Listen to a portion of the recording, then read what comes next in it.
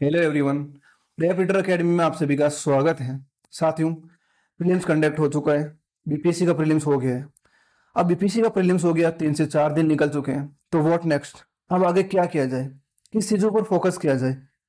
शायद आपने आंसर की चेक भी कर ली होगी अलग अलग कोचिंग इंस्टीट्यूट्स की, क्योंकि बीपीएससी की आंसर की अभी आई नहीं है।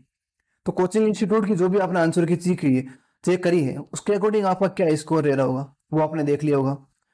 कोचिंग इंस्टीट्यूट ने ये भी एक तरीके से अनुमानित बता दिया होगा कि हाँ, ये कट ऑफ जा रही है, इस मोटा मोटा ये कट ऑफ है, इस रेंज में अगर आप हो तो आपको प्रिपरेशन मेंस की करनी चाहिए या नहीं करनी चाहिए, क्या करना चाहिए। फिर अगला कदम आता है कि अब क्या मुझे मेंस की प्रिपरेशन करनी चाहिए, अभी से शुरुआत कर देनी चाहिए, रिजल्ट का वेट करना चाहिए या नहीं करना चाहिए। तो हम आज इसी चैप्टर पर बात करेंगे कि क्या क्या करना चाहिए। तो देखिए, सबसे पहले अपने पास मुद्दा ये है कि आपका क्या स्कोर बन रहा है। ठीक है, आपका अगर स्कोर बन रहा है कि मेरा स्कोर बन रहा है, जैसे पहले कट ऑफ की बात करते हैं। कट ऑफ क्या जाने का अनुमान है? जनरल की कट ऑफ देखिए 83 से 88 के बीच जाने का अनुमान है। ये इससे ज्यादा कट ऑफ नहीं जाएगी जहां तक अनुमान है। मुश्किल होगा, बहुत मुश्किल होगा इससे ऊपर कट ऑफ जाए। इसी रेंज में कट ऑफ रहेगी, बाकी लक है। 83 से 88 के बीच अगर आपके नंबर बन रहे हैं तो मैं तो आपको बोलूंगा 100% आप लग जाइए। ये मैं मेरी यूपीएससी की प्रिपरेशन का जो भी मेरा एक्सपीरियंस है, सारा कुछ मैं उसके बेसिस पर आपको बता रहा हूँ। हमने भी बहुत सारी तैयारी करी अभी भी। ठीक है, तो मैं उसी का सारा एक्सपीरियंस, बीपीएससी में जो भी चीजें होती है वो यूपीएससी से तो ऊपर नहीं होती होगी, तो वो सारी चीजें आपको बता रहे हैं। 83 से 88 के बीच अगर आपके नंबर बन रहे तो आप बेशक आप लग जाइए, आपका 100% प्रीलिम्स हो रहे हैं। ठीक है, अब देखिए आपका स्कोर अगर इस रेंज में है तो आप सिक्योर हो। ठीक है, 100% श्योरिटी हो कि आप, हाँ, आपका एग्जाम कंडक्ट हो, क्लियर हो रहा है और आपको मेंस में लगना है। दूसरे टाइप के वो है जिनको 60-70 नंबर बन रहे हैं, उनका है कि भाई नहीं हो रहा अपना, हमें अभी तो प्रीलिम्स नहीं हो रहा। हो सकता है जिनका पेपर किसी वजह से बिगड़ गया हो, खराब हो गया हो, या प्रिपरेशन नहीं हो उस लेवल की, या ऐसे ही एक कॉलेज के साथ साथ एग्जाम देने चले गए, वो स्टे। सेकंड थर्ड वाले वो कैटेगरी के लोग होते हैं जो बॉर्डर पर होते हैं। इनके लिए सबसे बड़ी मुश्किल चीज होती है जब तक रिजल्ट नहीं आ जाता है। करें तो करें क्या? एग्जाम की प्रिपरेशन करें, कभी कभी कुछ र्यूमर्स देख लिए या दोस्तों ने बोल दिया, डिमोटिवेशन मिल जाएगा कि नहीं नहीं हो रहा, इतना तो कट ऑफ नहीं जा रही, 95 कट ऑफ जा रही है, आपका कैसे हो जाएगा, 85 कट ऑफ जा रही है, नहीं हो पाएगा। ठीक है, तो वहां पर अपना दिमाग क्या हो जाता है, काम करना बंद कर देगा कि यार रूम पर आएंगे, फ्रस्ट्रेट हो जाएंगे, लाइब्रेरी में बैठेंगे, पढ़ाई नहीं हो पाएगी। उन लोगों के लिए सबसे बढ़िया चीज जो होगी, बैठो, एक वीक का रेस्ट ले लो। सबसे पहले देखिए, अभी आप एक वीक का रेस्ट ले लो कंप्लीटली। उसमें क्या होगा, आप लिटिल बिट एग्जॉस्ट हो चुके हो, प्रीलिम्स की बहुत सारी तैयारी करी होगी, एग्जाम का प्रेशर होता है, बहुत तगड़े वाला प्रेशर होता है। एक वीक का बढ़िया से रेस्ट लीजिए, घर चले जाइए, अपने दोस्तों के साथ कहीं इधर उधर घूमने चले जाइएगा। फिर उसके बाद मन बना लीजिए, बढ़िया से अपना पूरा एनालिसिस कर लीजिए कि मेरे यहाँ यहाँ से क्वेश्चन ये सही हो रहे हैं। हो सकता है किसी कोचिंग इंस्टीट्यूट का भी कोई क्वेश्चन गलत हो रहा हो, आप अपना गूगल कीजिए, अपने बुकलेट देखिए कि हाँ, हमारा ये क्वेश्चन सही हो रहा है और मेरा रेंज सही बैठ रही है। चुपचाप अपनी रूम में बैठ जाइए, टेबल कुर्सी लीजिए, अपनी सारी बुक्स लीजिए, प्लानिंग बनाइए, स्ट्रेटजी बनाइए और मेंस की प्रिपरेशन में लग जाइएगा। 100% मेंस में लग जाइएगा। उसका फायदा क्या होगा? देखिए, उसके दो बेनिफिट होंगे अगर आप मेंस की प्रिपरेशन में लग जाते हो। पहली बात, भगवान करे आपका हो जाए, हो ही जाएगा जहां तक है। उसमें क्या होगा, आपको बहुत ज्यादा टाइम नहीं मिलेगा मेंस के लिए। तो आप अभी से क्या करोगे, सारी चीजें, जैसे कि एग्जांपल के लिए आप शॉर्ट नोट्स बनाने लगे, या अपनी कोई बुकलेट्स होगी कि बुकलेट्स मैंने मुझे देखनी है, कौन कौन सी बुकलेट मेरे पास है या नहीं है, मुझे क्या चूज करना है, वो चीज आप देखने लग जाओगे। सेकेंडली, अगर आपका बाई चांस नहीं भी हुआ तो जो नेक्स्ट वैकेंसीज होगी भाई, उसके लिए भी आपकी प्रिपरेशन हो रही है अच्छे से, आप उसके लिए बहुत शानदार तरीके से प्रिपेयर, अभी से प्रिपरेशन में लगे हो, तो आप उन लोगों से बहुत ज्यादा एज में चले जाओगे जो लोग ऐसे ही बैठे हुए हैं, अगले 15 से 20 दिन आप वो वेस्ट करते हुए जा रहे हैं। ठीक है, तो उनसे आप एज ले जाओगे, ये आपको बेनिफिट मिल जाएगा यहाँ पर। अभी अगर आपने एक्शन ले लिया, एक वीक के अंदर अंदर आपको एक्शन ले लेना, मुझे क्या करना है, फिर देखिए आप लूज करते जाओगे अपने टाइम को और कुछ नहीं होना। आप दोस्तों के साथ बैठोगे, चाय की थड़ी पे बैठोगे, वो गप्प करने का भी समय नहीं है। अब सेकंड क्वेश्चन आपका होगा कि मेंस कब होने वाला है, कि मेंस कब होगा सर, आप हमें ये बता दीजिए कि मेंस कब तक हो जाएगा, क्योंकि मेंस की भी डेट आई नहीं है, अभी टेंटेटिव है सब कुछ। मेंस के लिए आपको क्या देखना है? देख भाई, बता तो कोई नहीं सकता, बीपीएससी ही अपना नोटिफिकेशन जारी करेगा, तभी एग्जैक्ट डेट आएगी अपने पास कि हाँ ये होगा। इसके लिए अपन क्या कर सकते हैं, जो भी पिछला बीपीएससी का मेंस हुआ था और प्रीलिम्स हुआ था, उसका गैप देखना पड़ेगा। बीपीएससी का पिछला जो 70 का था, प्रीलिम्स हुआ था जनवरी में और उसका मेंस हुआ था अप्रैल में। ठीक है, तो प्रीलिम्स और मेंस के बीच में मोटा मोटा 3 से 3.5 महीने का टाइम था अपने पास। ठीक है, अगर अपन अंदाज लेके चले, मोटा मोटा लेके चले, तो इस बार भी अपने पास कितने टाइम मिलेगा? 3 महीने का। देखिए इससे कम तो टाइम शायद ही बीपीएससी दे, 3 मंथ्स का टाइम तो आपको एटलीस्ट मिलेगा ही मिलेगा। अब 3 मंथ्स में आपको कैसे प्रिपरेशन करनी, क्या करनी, आपके पास कितने नोट्स कवर कर रखे हैं आपने, कंटेंट कितना तैयार कर रखा, वो आपकी पहले की जो प्रिपरेशन है वो काम आएगी। अब अभी क्या करना आपको, कोई भी नई बुकलेट नहीं उठानी। अगर आपने बिल्कुल ही नहीं पढ़ा तब तो आपके लिए सारी चीजें नहीं होगी, तो आपको कुछ चीजें शॉर्ट नोट्स पढ़ने पड़ेंगे, उठाने पड़ेंगे। नहीं तो आप अपने नोट्स पर रिलाई कीजिएगा, उन्हीं को रिवाइज करना है, और उसमें वैल्यू एडिशन करने के लिए करंट अफेयर्स पढ़ते चलना है। ये आपको चीजें करते हुए चलनी है। क्वेश्चन अब होगा कि सर मेंस की प्रिपरेशन करें कैसे शुरू, ये भी बता दो साथ ही साथ कि क्या क्या चीजें अपने को करनी है भाई, how to start mains preparation. तो मेंस प्रिपरेशन करने के लिए आपको 2 से 3 चीजों के ऊपर फोकस करना है। सबसे पहले अपने पास सिलेबस, कि सर सिलेबस या पीवाईक्यूज। और आपके दिमाग में क्वेश्चन आएगा, सर सिलेबस पढ़े या पीवाईक्यूज, क्या चीज करनी चाहिए? देखिए दोनों ही बीपीएससी के सोर्स है, ना किसी कोचिंग इंस्टीट्यूट के सोर्स है, ना किसी पब्लिकेशन के सोर्स है, ये केवल और केवल बीपीएससी के सोर्स है, दोनों के दोनों। तो बीपीएससी के सोर्स पर अपने को रिलाई करना सबसे ज्यादा बेटर क्यों रहेगा? सिलेबस में तो कवर कर रखा है कि ये चीजें अपने को पढ़नी है। पीवाईक्यू से अपने को ये पता चल जाएगा कि क्या पढ़ना है, क्वेश्चन किस फॉर्मेट में आएंगे, उसका पैटर्न क्या होगा क्वेश्चन पूछने का, ठीक है, किस लेवल के क्वेश्चन पूछे जाएंगे, और पिछले जो क्वेश्चन पूछेंगे उनका ट्रेंड क्या है, वो अपने को समझ आएगा पीवाईक्यू से। अपन चलिए पहले सिलेबस देख लेते हैं कि सिलेबस में क्या चीजें दी गई है, क्या चीजें कवर की गई है, ये अपन देखते हैं। तो सिलेबस में अगर अपन देखें, देखिए यहां से देखो, भाग मुख्य परीक्षा, कुछ के कंपलसरी पेपर होंगे। कंपलसरी में क्या होगा, सामान्य हिंदी का पेपर होगा, ये 100 नंबर का होगा, और 3 घंटे का पेपर होगा, पूरा 3 घंटे का पेपर होगा। लेकिन इसमें देखिए एक लाइन लिखी गई, सामान्य हिंदी में 30% आपको लेके आना कंपलसरी, इसकी गणना नहीं होगी। इसका मतलब क्या होगा कि 100 नंबर का पेपर है आपके सामने, ठीक है, 100 नंबर का पेपर है, 100 में से आपको 30 नंबर्स लेके आने, 30 नंबर्स लेके आने। लेकिन ये नंबर क्या होगा, जब आपका रिजल्ट आएगा ना, जो मेन काउंटिंग होगी नंबर्स की, उसमें इनकी गणना नहीं की जाएगी, ठीक है, इनको काउंट नहीं किया जाएगा, ये आपको ध्यान रखना है। लेकिन पास करना जरूरी है, अगर पास नहीं हुआ, बाकी में आपके कितना ही स्कोर हो, आपका कोई वैल्यू नहीं रहेगी नंबर्स की। अब अगली बात है पेपर फर्स्ट और पेपर सेकंड, ये होगा 300 नंबर के, इस 300 नंबर्स के होंगे, और दोनों 3-3 घंटे के पेपर होंगे, ठीक है। अब इनके अगर देखा जाए कि क्या क्या चीजें इसके अंदर पूछी जाएगी, अगर यहाँ पर सिलेबस में दिया होगा कहीं ना कहीं, ठीक है, तो अगर देखा कि क्या क्या चीजें इसमें कवर करी गई है, चीजों को कवर किया गया है। 1 सेकेंड है ना, 1 सेकेंड का टाइम दीजिए हमें। हाँ, सामान्य हिंदी, सामान्य हिंदी में ये दिया गया है, निबंध होगा आपके पास 300 मार्क्स का, एक व्याकरण दिए जाएंगे 30 नंबर्स की, वाक्य विन्यास 25 और संक्षेप करना 15 अंक के। ये टोटल मिला के 100 नंबर्स का आएगा, जिसमें से आपको कितने नंबर लेके आने, 30 मार्क्स लेके आना है, हमारा 30% नंबर आपको लेके आने। उसके बाद जीएस के 2 पेपर होंगे। फर्स्ट पेपर में 3 सब्जेक्ट कवर किए जाएंगे, आधुनिक भारत और भारतीय संस्कृति।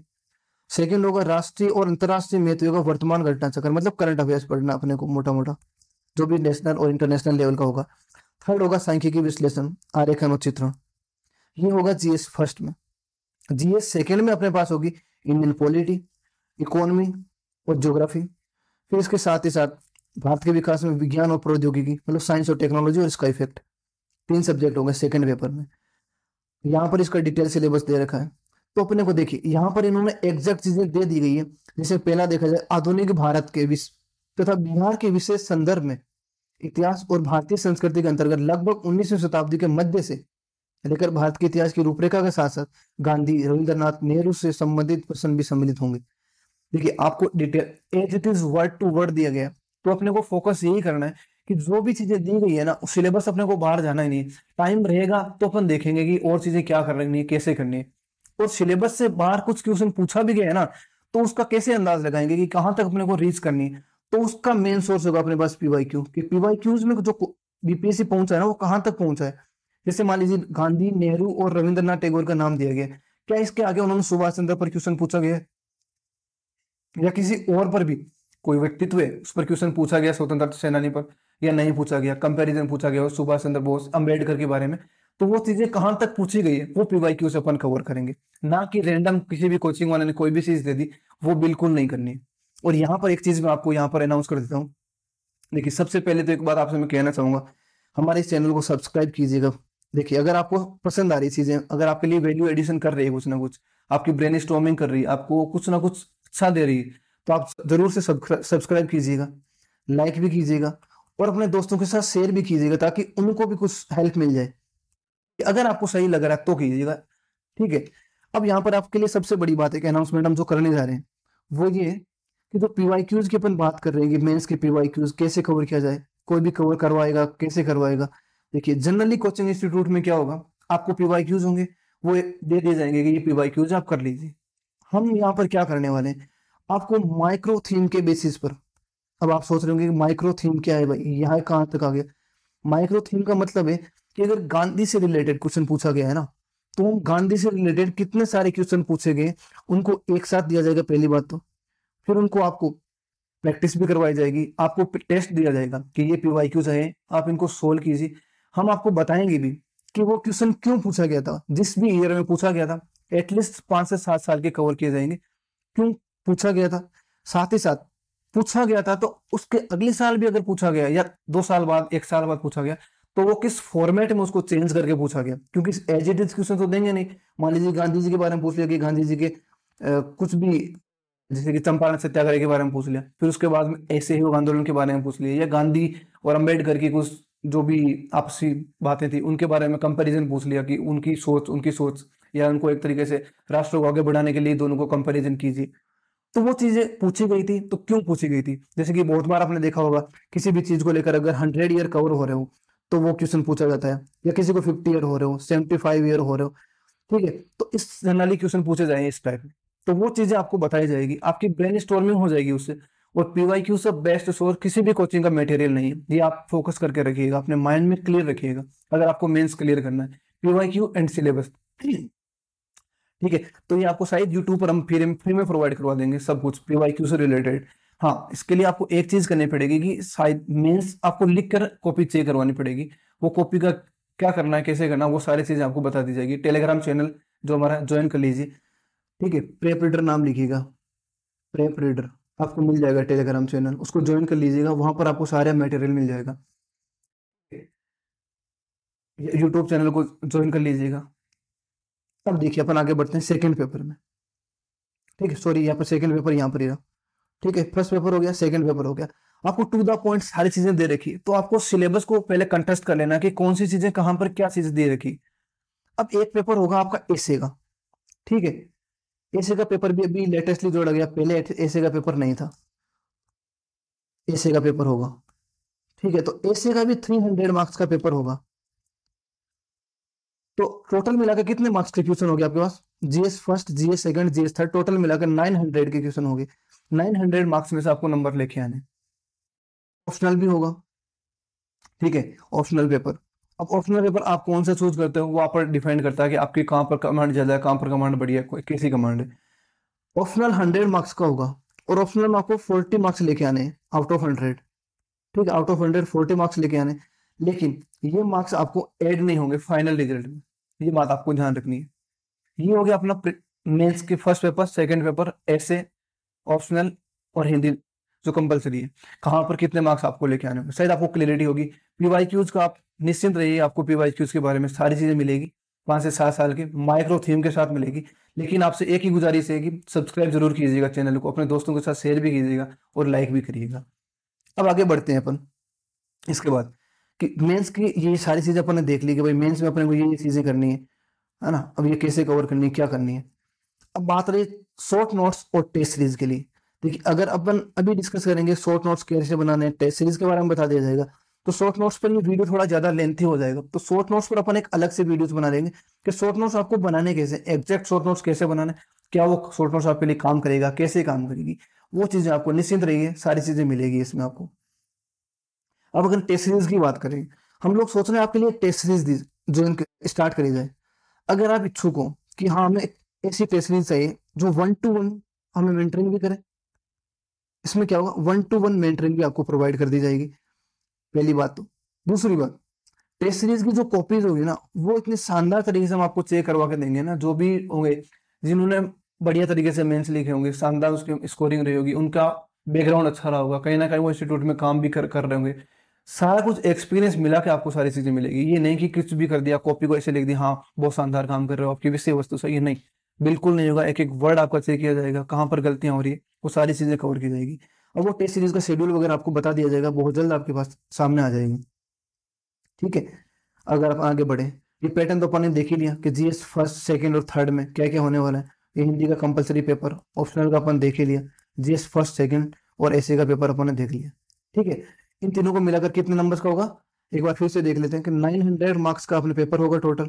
इन टोटल मार्क्स में से अपने को मार्क्स लेके आने हैं, जो भी मार्क्स आप लेकर, अगर 50% आपके मार्क्स आ रहे हैं ना, तो बहुत शानदार स्कोर आपका हो रहा है। ये आपके कंपलसरी पेपर है जो कि आपको पास करने ही करने हैं। ठीक है, अगर ये क्वालिफाई नहीं होगा ना, क्वालिफाइंग नेचर के हैं, तो फिर आपका पेपर पास नहीं होगा, अगले वालों का कोई मतलब नहीं होगा पास करने का। तो ये आपके लिए क्वालिफाइंग पेपर है, यहाँ पर आपको समझ में होगा। अब आपको समझ में ये आ रहा होगा कि अगला क्वेश्चन ये होगा कि how to manage time to cover syllabus in short time. क्योंकि अपने पास कितने टाइम है भाई, बहुत ज्यादा टाइम पीरियड नहीं है अपने पास, एटलीस्ट 3 मंथ का टाइम पीरियड है अपने पास।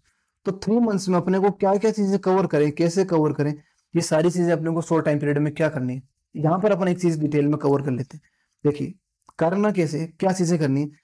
अपने टाइम पीरियड को, पूरे दिन को 2 स्लॉट में कवर कर लीजिए आप। सबसे पहले तो डिवाइड कैसे करनी, कि भाई मुझे आज के दिन में जीएस फर्स्ट पढ़ना, जीएस फर्स्ट की ये चीज कवर करनी है। ठीक है, उस जीएस सेकंड कवर कैसे करना है। ठीक है, और कुछ टाइम पीरियड, क्योंकि ऑप्शनल आपका इस वो क्वालिफाइंग नेचर का है, तो ऑप्शनल को टाइम थोड़ा कम दे दीजिए। क्योंकि यूपीएससी में क्या हो रहा है कि यूपीएससी में तो ऑप्शनल के, ऑप्शनल और एथिक्स और ऐसे वो ऐसी चीजें हैं कि वहां पर आपको मार्क्स एस दिलाते हैं, तो वो तो आपको 50% टाइम देना पड़ता है। लेकिन यहाँ पर 50% देने से बेटर होगा 30 to 35% आपका टाइम पीरियड है ना डेली का, वो आप यहाँ पर डिवाइड कर दीजिए इसको। बाकी पूरा का पूरा 70% टाइम है ना, 60 to 70% टाइम, वो आप दीजिए जीएस फर्स्ट और सेकेंड को पूरे दिन में। अब आपको डिवाइड कैसे करना है, शुरुआत कर लीजिए आप जीएस फर्स्ट से, जो, या फिर आप एक काम कीजिए जो आपका इजी लगे ना, क्योंकि आपको शुरुआत में आपको मोटिवेशन चाहिए, आपको चीजें जल्दी जल्दी कवर होगा तो एक मोटिवेशन मिलेगा।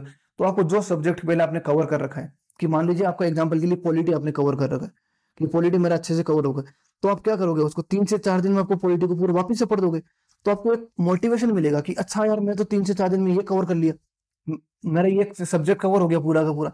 उसके बाद आप देखिए कि अगला मुझे कौन सा उठाना है। साइंस देख मेरा कैसा है, कोई जो साइंस बैकग्राउंड का अगर हो सकता है उनका बहुत शानदार, तो वो साइंस से स्टार्ट कर लीजिए। आप ऐसे सब्जेक्ट को चूज कर लीजिए, वहां से आप शुरुआत कीजिए। उससे क्या होगा, आपको एक एज मिलेगा कि अच्छा यहाँ से मैं शुरुआत करता हूँ, फिर आपको मोटिवेशन मिलेगा। फिर उसके साथ ही साथ ऑप्शनल भी, एक दिन दिन में ऑप्शनल का टाइम भी स्लॉट ले लीजिए। करंट अफेयर्स को थोड़ा, डेली करंट अफेयर्स थोड़ा थोड़ा थोड़ा थोड़ा पढ़ते चलिए, ताकि लास्ट में जाके बर्डन नहीं हो कि यार मेरे करंट अफेयर्स का वैल्यू एडिशन कैसे करो। क्योंकि पॉलिटी पढ़ रहे हो, पॉलिटी में सुप्रीम कोर्ट का कोई भी जजमेंट आ गया, वहीं पर ऐड कर लो उसको। चाहे फंडामेंटल राइट से रिलेटेड हो तो वहां जाके उसको नोट डाउन कर लो, डीपीएसपी से रिलेटेड हो वहां जाके उसको नोट डाउन कर लिया, सेंट्रल स्टेट रिलेशन से रिलेटेड कोई कमिटीज है या लॉ कमीशन की कोई रिपोर्ट है, कुछ नई जजमेंट है, उन्होंने कोई नया बताया है, तो वो सारी की सारी चीजें साथ के साथ अपडेट करते हुए चलो आप। ये आपको काम करना है। ठीक है, तो इस फॉर्मेट में अगर सिलेबस कवर करोगे तो आपका बहुत ही शानदार तरीके से सिलेबस भी कवर हो जाएगा, टाइम पीरियड में हो जाएगा, टेस्ट सीरीज भी हो जाएगा कि मुझे वीकली टेस्ट देना है, डेली 2 से 3 आंसर लिखने का। अभी से एक रिदम बना लो डेली, ये मतलब आपके सामने एक होना ही होना चाहिए कि डेली मुझे 2 से 3 क्वेश्चन लिखने ही लिखने। चाहे मुझे आज का मैंने कुछ पढ़ा नहीं पढ़ा, कितना पढ़ा क्या पढ़ा, सब कुछ एक साइड, 2 से 3 क्वेश्चन लिखना है मेरा एक साइड। ठीक है, ये आप करोगे ना, इसका आपको क्या होगा, लिखने की जो हैबिट है वो बन जाएगी कि अच्छा मैं ये से लिखूंगा, वहां जाके मैं ये कर लूंगा, इस फॉर्मेट में कर लूंगा, ये मेरा फॉर्मेट होना चाहिए। अब आंसर राइटिंग कैसे करनी है, आंसर राइटिंग पर भी आपको अलग से लेक्चर्स प्रोवाइड करवा दिए जाएंगे कि आंसर की फॉर्मेटिंग कैसे होनी चाहिए, इंट्रो कैसे लिखोगे आप। सबसे बड़ी दिक्कत आती है बच्चों को कि इंट्रो कैसे लिखा जाएगा।